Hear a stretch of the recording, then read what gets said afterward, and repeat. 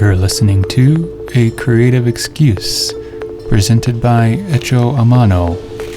Our next event is an opening with artist Ian Cooley, who does hand-cut paperworks. That'll be Friday, July 26th, 6 to 8 p.m. Should be a really good show. You can listen to my conversation with Ian on episode 3 of this podcast.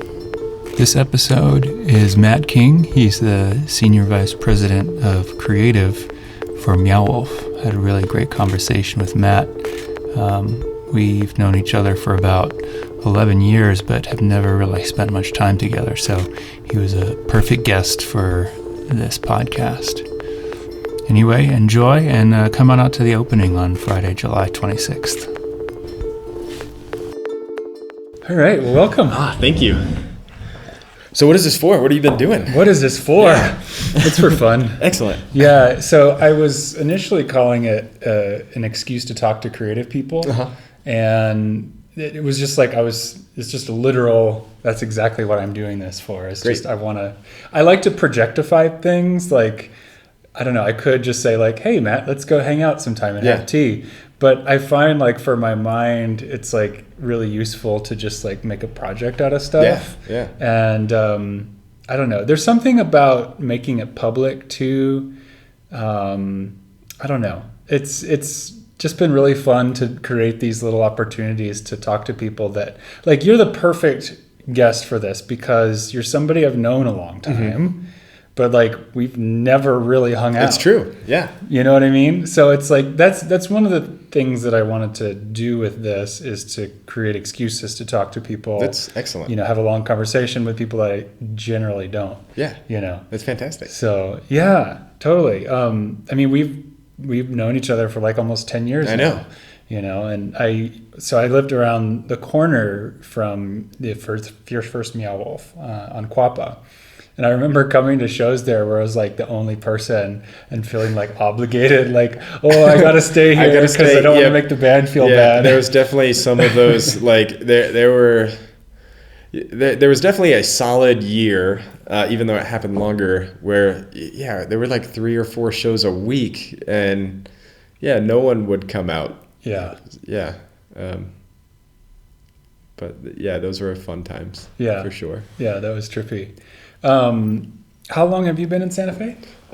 So I first moved here when I got out of high school in 2003. And then I was kind of here, and I was here for 9 months, and then I moved back to Texas and worked at summer camp, and then moved back here, and then moved back and worked at summer camp. And so first 2003, so I guess it's been like 15, 16 years. But this time, I think it's been 12 years without moving away. Yeah. Did you grow up in Texas? I grew up in Texas, What part? Dallas, Fort Worth. Oh, you were in Dallas. Arlington, I think we've Texas. had that conversation before. I was in Houston for 12 years before. Wow, yeah. And Kara was born and raised in Houston. Wow. Yeah, so we had that Texas thing going on. And did you have parents or siblings or anybody that was creative? Like Nope. No one in my I have an aunt who is a painter, but definitely didn't see her much growing up. It's not like she was an influence on me. So I grew up in a suburb of Dallas, Fort Worth that is very not creative. Yeah. And I took like all of the art classes that I could in public school, but they didn't even offer that many, you know. The idea of art just where I grew up just wasn't much of a thing. Right. So even though I was drawn to it, there was no real outlet for me to understand then how important it would be just for me as an individual in my day-to-day life. But what I did do is I went to summer camp, started going to summer camp when I was 8. And then when I was 18, started working at summer camp. And so finished high school, worked that summer at camp, moved out here, started going to community college with the idea that the long-term goal was to eventually own and operate my own summer camp. And so I kept going back and forth and would work summer camp And I did that for 5 years. And then I stayed on year round and taught outdoor education to fifth graders through public schools in Dallas-Fort Worth.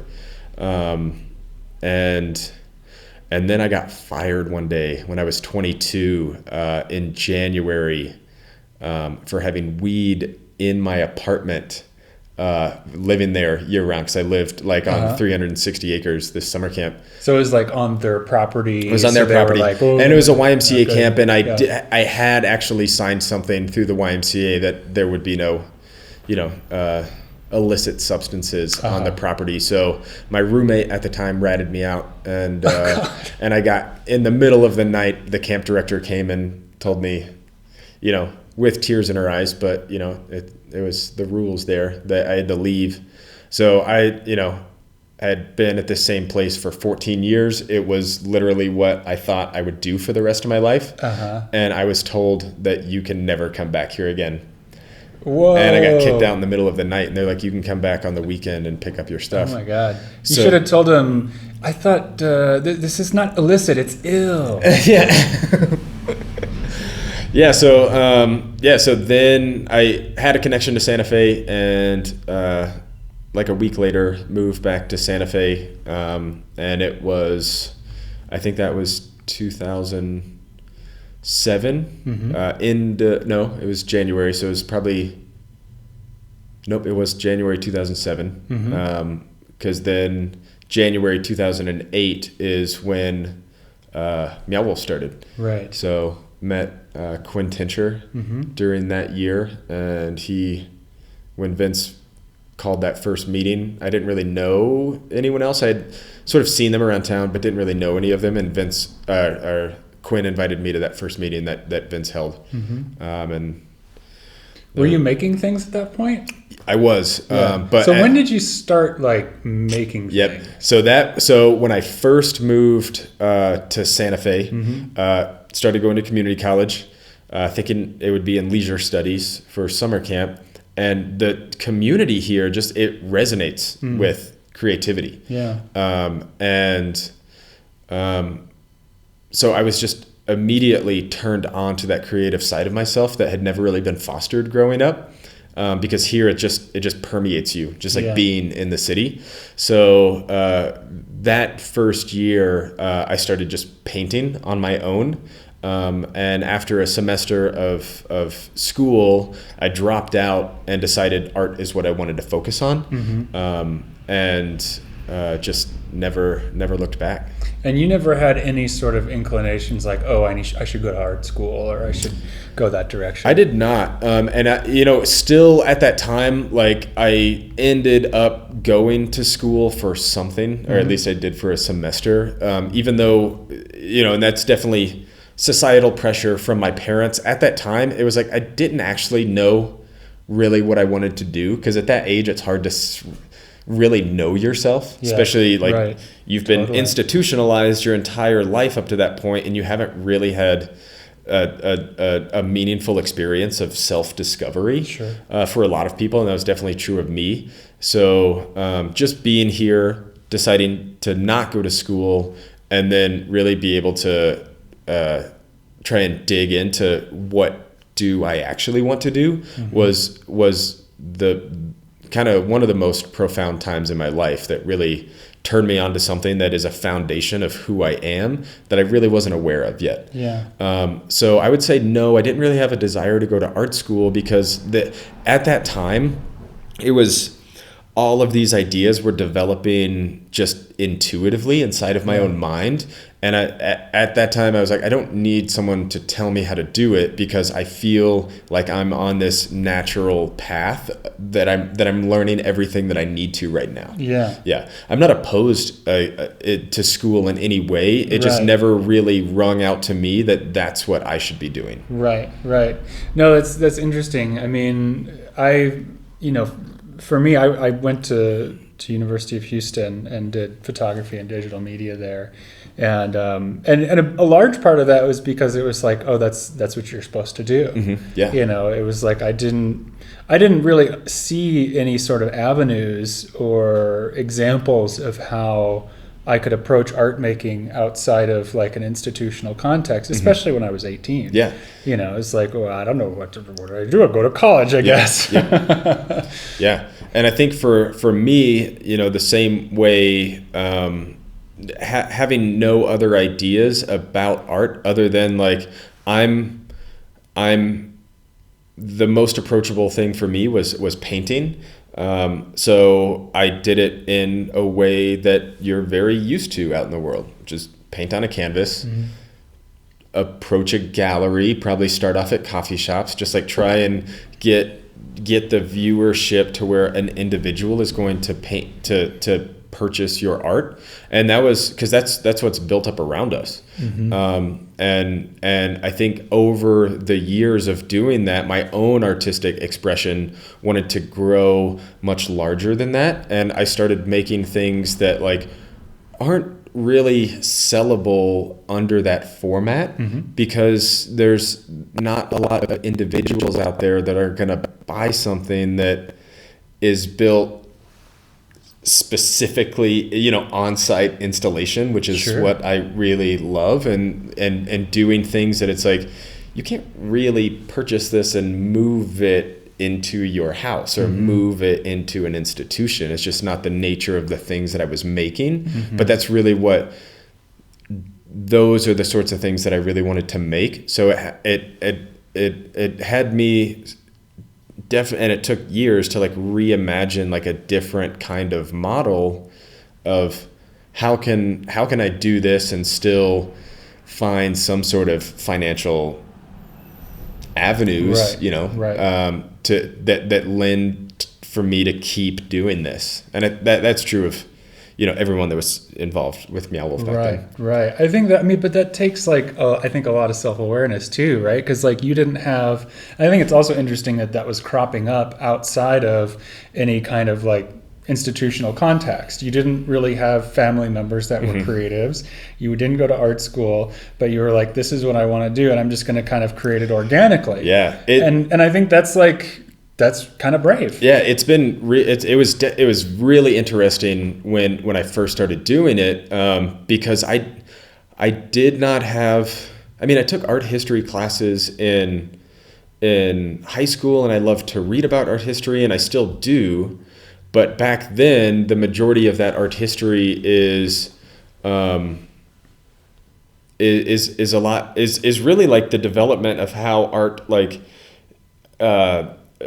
Really developed with culture and with society, and I had never really gotten to a point of really modern contemporary art that is a lot of installation, and now it's like it's everywhere, but I had no knowledge of that.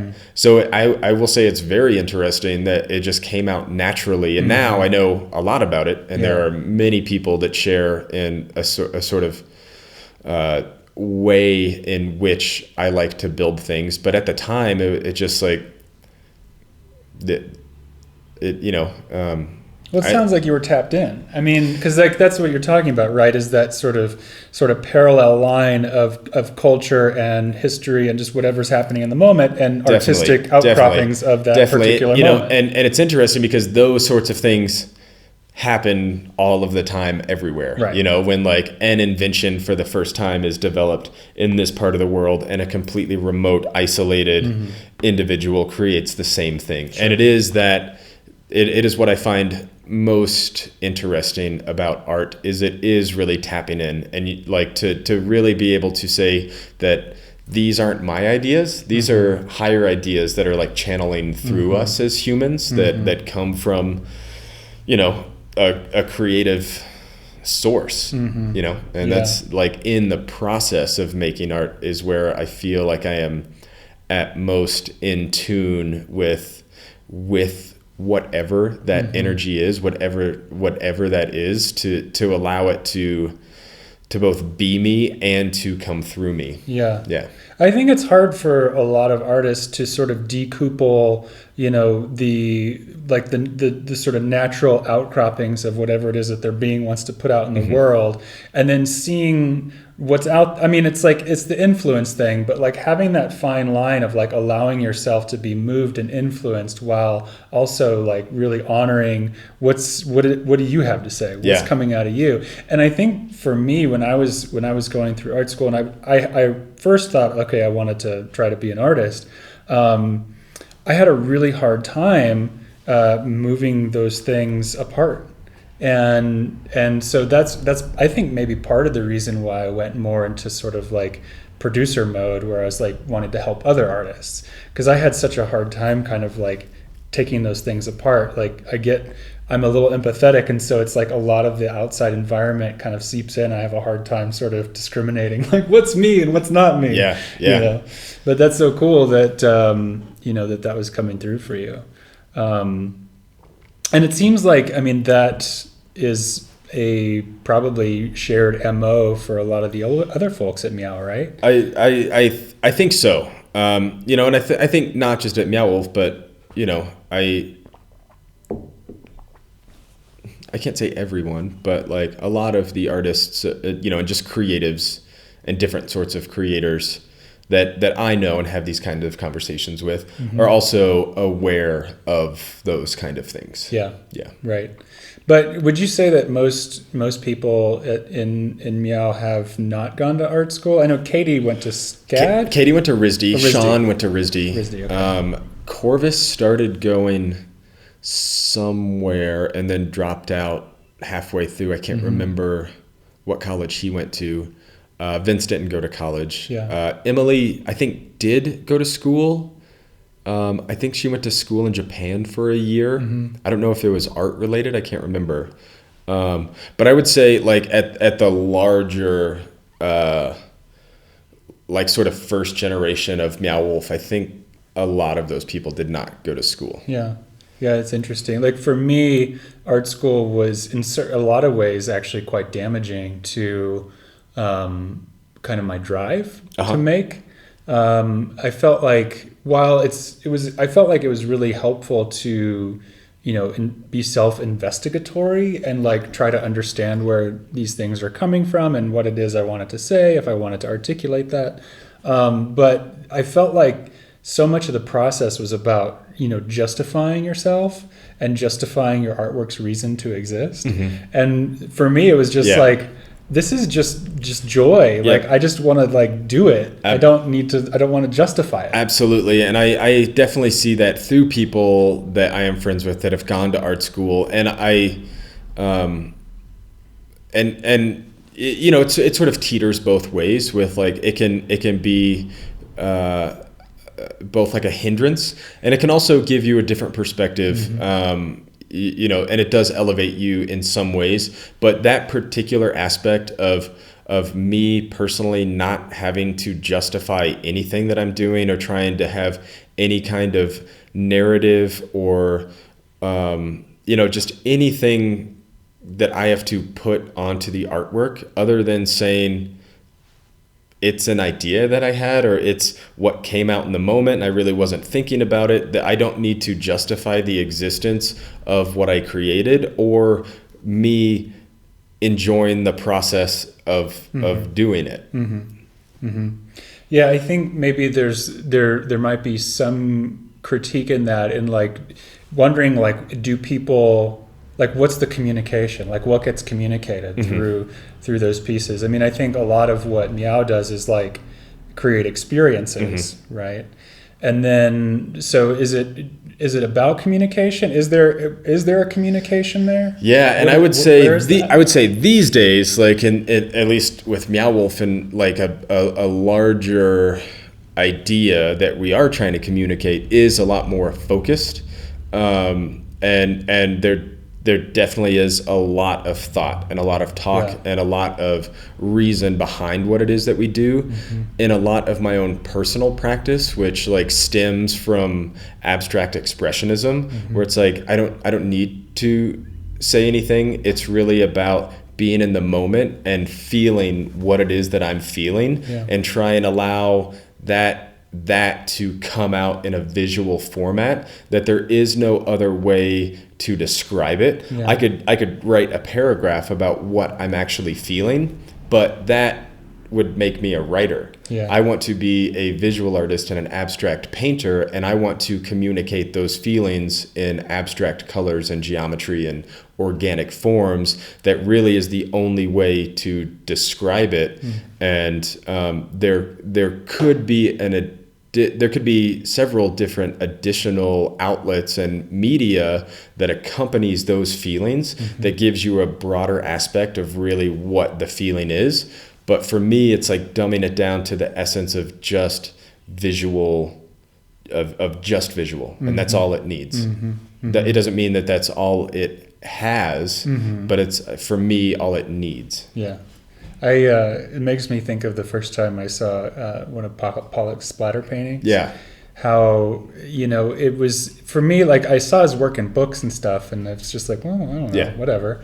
But when I saw it in person, it was a really transformative experience for me to have that kind of a relationship with a painting. It was the first time I understood that it was a two-way street in terms of viewer and artwork.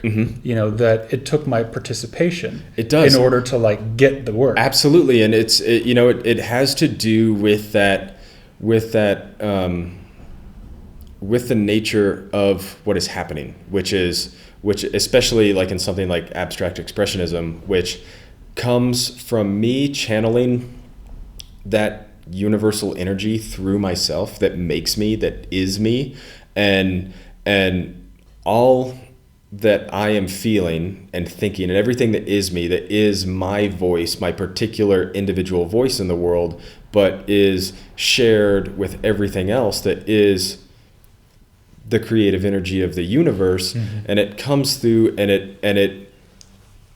the way that it lands on the paper or the canvas or whatever it is that's being displayed, it holds that energy. And you as an individual who is now participating in it, who is viewing it, it's sort of this like cyclical thing, because that same universal creative energy that made it, that came through me, is now seeing it through you. And it is a very personal thing, and you do really have to be there, and because your body, your human body, is receptive to the energy that is held in a captured state that was my energy placing it there. So right. Is it easy for you to get there to that place of where you put that on a paper, canvas, et cetera, et cetera? It used to be easy when I was doing it every day, because there was a time when painting was my number one focus and I did it every single day. These days, through where I am, where Meow Wolf is, and what my position is, like, I am not there. The scale of things that we're creating takes so much communication and so much orchestrating to get to that final product, which is very different, but also in a way the same. Sure. But my day-to-day is not the act of that physical creation. So I still do have a painting practice, but it is rare that I get in the studio currently in my life. And I do find now when I try and pick it back up, it doesn't come as natural. Yeah. I'm too much in my head thinking about, where do I start? How do I get to that place, instead of just naturally being able to let it channel through me, because it's not as familiar. And oh shit, there's that meeting tomorrow. Exactly. Yep. Yeah. Well, that's a topic that I was really interested in talking to you about, is that transition from how Meow Wolf started to where it is now, and what gets gained, what gets lost. There's something, of course, very special about starting from nothing, and having nothing, and like, what can we do with a budget of zero? Yeah. There's something that's just so invigorating about that, and what it means to be involved in something like that. And you're actively creating now, but you're doing it in such a way, like you said, that requires that level of that requires that orchestration and just so many details to make a thing happen. So many different people to make a thing happen. How has that been for you, going from something that maybe it's like, I think about like a ship that's easy to turn versus like an aircraft carrier or something, and it's like it takes a lot to move that thing. Yeah. How has that transition been for you? It has been a challenge. Yeah. I would say the last year and a half in particular there have been a lot of different complications just as an individual, because my background is that process-based art. And the reason that I was so drawn to it, and it became just the center of my existence, is because to me, that creative outlet and whatever it is that I was making was where I found myself most centered and most directly connected, felt most directly connected to the universe. And it was a meditation. And it's been really interesting that now where we are, even though I'm getting to design things that I very much want to, that are far larger than I could ever make by myself, and they need those kind of teams, and they need that kind of communication and all those systems in place. And I want those objects to live in the world, and I want to be able to support the platform that involves other creatives to help join in that. But what it has done is I am no longer a hands-on artist in that way, and the creative process has become a stressor. So it really just like flipped all the way around. And it's like, even though I'm still using my foundational creative self to right now, it's like utmost potential, the day-to-day interaction with that creative energy has a different effect on my body and my mind. Right. Yeah, that's really trippy.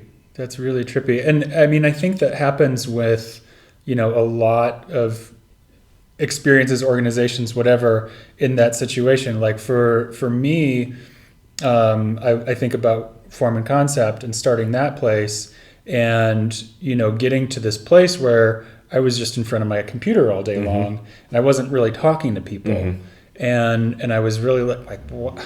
I really need relationships. Like, I really want to be able to just like sit here and like talk to everybody that walks in the door, you know? And so that was becoming a struggle for me, and like in having this situation where I was friendlier with my computer than I was with other people, So yeah, that's a hard situation to be in, because like on the one hand, like, you're in a situation now where you're like, oh, okay, great. I don't have to worry financially, but I'm also like, I want to be satisfied creatively. Yes, it is. That's an artist struggle. It's a really interesting place, because we just coming from a background where there was no money, we're just like just dirt poor, but had, in all of its limitations, without those resources, had complete freedom in what it is that we're making. And the idea always was, well, what if we could get to a place where we had money, and we could build whatever we want, and we don't have to work other jobs. You don't have all of the stresses that accompany not having money. Yeah.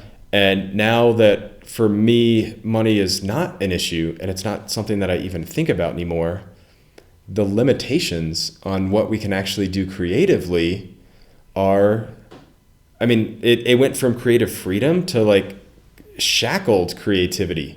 And it's really wild because it's not at all what we had imagined. Yeah.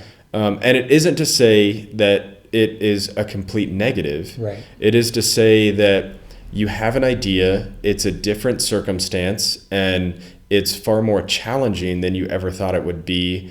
And it's actually, in a way, in all of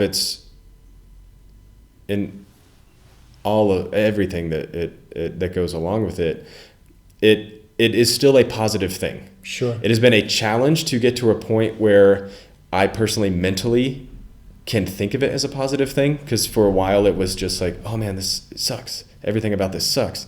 But I'm now sort of turned that bend mentally and say, I still have room to grow as an artist and a person because I'm being challenged in my life. I don't ease doesn't foster growth. Right. Challenge Right. fosters growth. Mm-hmm. And it took a while to get back to that place because the challenges were coming in art where before there were no challenges. Right. So it's been very fascinating Yeah. just to go through it. Yeah. Yeah. No, that's such a great point. I mean, I think, and that's one of the benefits of working with groups of people, is that you have to compromise, and things are never going to be like you initially thought they would, and I think for me, that's about like my response to the world, right? It's like I'm putting stuff out there, but I'm not like putting it into a vacuum. Mm-hmm. There's other people interacting with, I mean, even if it's just like out on the street and I smile at somebody or whatever the case might be, but there's feedback. There's always feedback. And it's like, how do I respond to the feedback? Mm-hmm. You know what I mean? And I think like for me, those kinds of experiences teach me how to like flow in the world and like respond. Right? Like, so this gallery is in a large ways, like, it's not just like me going like, I'm going to take the coolest thing I can think of and just do that. Mm-hmm. And part of that is a response to the need to make money. Right? So I have things that are like, some are affordable, some are really expensive, but I don't really feel like I'm like pushing strong boundaries here, but I think it's cool. I like everything that's in here. I feel really good about it. Yep. I don't feel like I'm selling out or something, but it's also, there's a response, right? I have to like temper and quote unquote compromise some aspect of what I might do if money wasn't an issue. Right. So I think that those kinds of experiences like really help us grow. It does. It really does. And like having rails like that, which, we also see, most people out there see, like, especially when it comes to doing something for money, to say, money is a part of this society that we live in. Yeah. And to recognize that and recognize that as a rail, as most rails, at least in my mind, when it comes to art, like actually help guide you into thinking more creatively. Yeah. Because you don't have the freedom where it's just like any idea you can go with. You're challenging what ideas you can have. Mm-hmm. And like the tighter those rails get, the more you have to really focus on saying what is the correct idea here, not just like having ultimate freedom. I mean, we can think creatively all day, but once you start to narrow it down and the ideas become fewer and fewer, is like where it's a fun place to be, in its challenges. Yeah. Yeah. I think about like art assignments, which, for me, I think when I first started doing it, I was like, what is this? This is stupid. Why do I have an art assignment? Mm-hmm. But as I look back on those experiences, like those were the things that really taught me how to think creatively. Yep. Like, how do I take whatever it is that's unique about what I have to say and express it through this funnel, through this rail, this form? And I think it really helps us sort of shape and chisel and hone creativity, because we live in a society, in a reality, in a world, just reality that has constructions and limitations and like form. We're in form. Yep. How do you express in form? Yeah. Right? So that's great. That's really cool. I heard somebody talking once about like this is like in the realm of writing, but like getting more and more specific about a certain character and like really narrow and really niche helps to expand and create more universality around the character. And I haven't really like dug into that. I liked the idea, that the more hyper specific they got with somebody, that somehow it's like easier to like insert yourself into there. I don't know. I kind of liked that. I haven't really thought about it too hard, but that's cool. So your time right now is mostly spent within these kinds of large scale organizational type experiences. Yes. Yeah. Yeah. Pretty much entirely. Mm-hmm. And talk about limitations when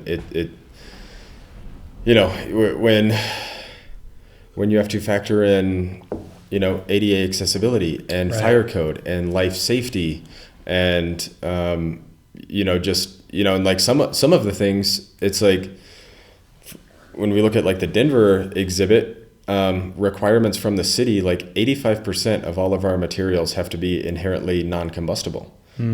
So it's like once we really start to dig into it, it's like it doesn't matter really how much money you have.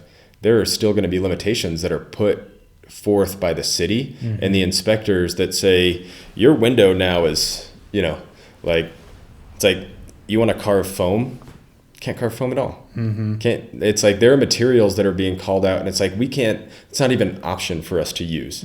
So it's like that's also been an interesting thing where it's like, man, just because we have all the resources and we have the know-how now doesn't mean that it's getting like broader for us. It's actually just continuing to whittle itself down. And it like in a way it like I said before, it's like those challenges limit like how you can really express yourself. But what it really does is like really works that creative problem solving, which is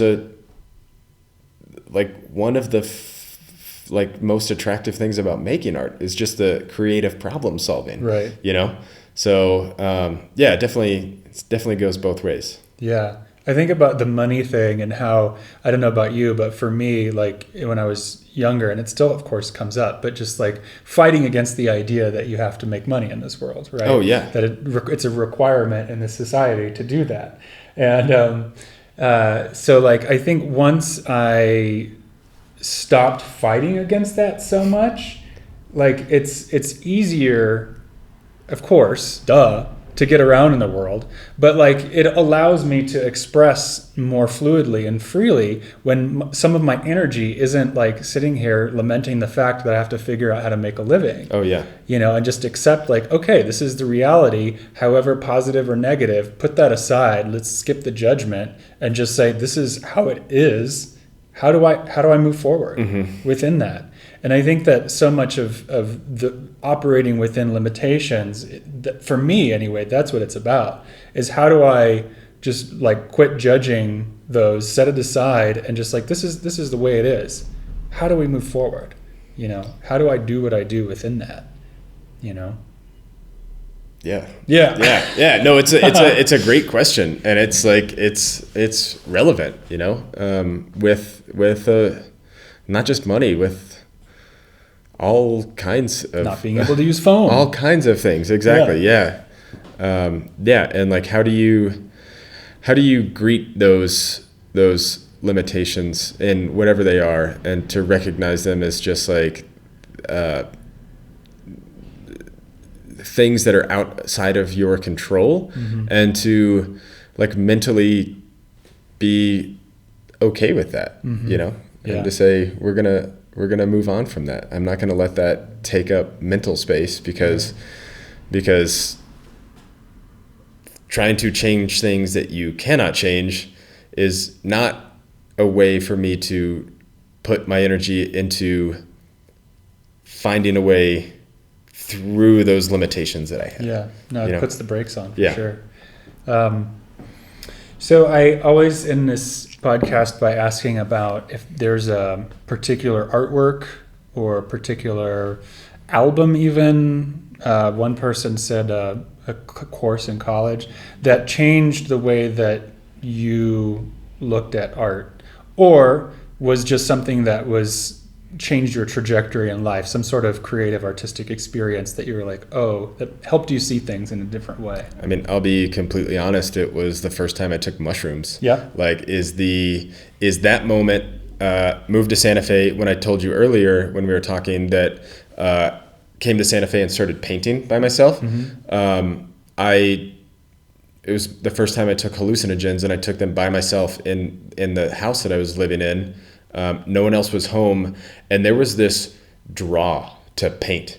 I didn't have paints at the time. Like, I looked through the closets and found like two, those little Michaels, like 50-cent cylinders of tubes, and like found a piece of wood and just like started painting out of it was this like desire that was just so internal that I had never had before, that is the moment that my entire life opened up to art. Wow. And it was incredibly powerful. Yeah. It was magical. It's like a key unlocking. It was. Yeah. Do you feel like you're still drawing on that energy, that Absolutely. It never turned off. It genuinely like flipped my mind onto something that I feel like is always there and is inside of humanity. I feel like we as humans are, art, creativity is a core of our existence as humans. And it is something that I just had not been turned on to before. And I feel like so many things with humans are just so repressed, not from us as individuals, but it's just like the buildup over our entire history, and in that moment, it just like flipped on to something that was just so fundamentally humanistic. Yeah. That's awesome. That's beautiful. Yeah. It was a wonderful time. Cool. Yeah.